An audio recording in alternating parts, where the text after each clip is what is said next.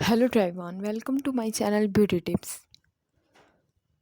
حضرت محمد صلی اللہ علیہ وسلم.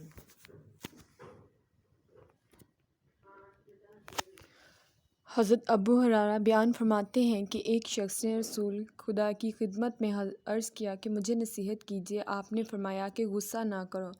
اس نے کئی بار دہرایا کہ مجھے نصیحت کیجیے. آپ نے ہر بار یہی فرمایا کہ غصہ نہ کیا کرو. سیدنا ابو ہریرہ سے روایت ہے کہ رسول کریم صلی اللہ علیہ وسلم نے فرمایا تم میں سے ہر ایک کے پشت سر میں شیطان 30 گروہ دے دیتا ہے.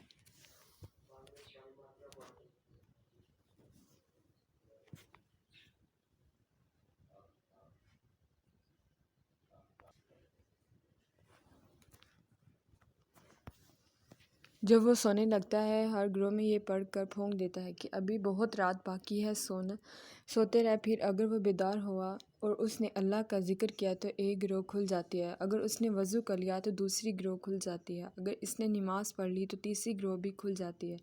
اور صبح کو دل شدہ اٹھتا ہے ورنہ صبح کو بد باطن اور کسال مند اٹھتا ہے.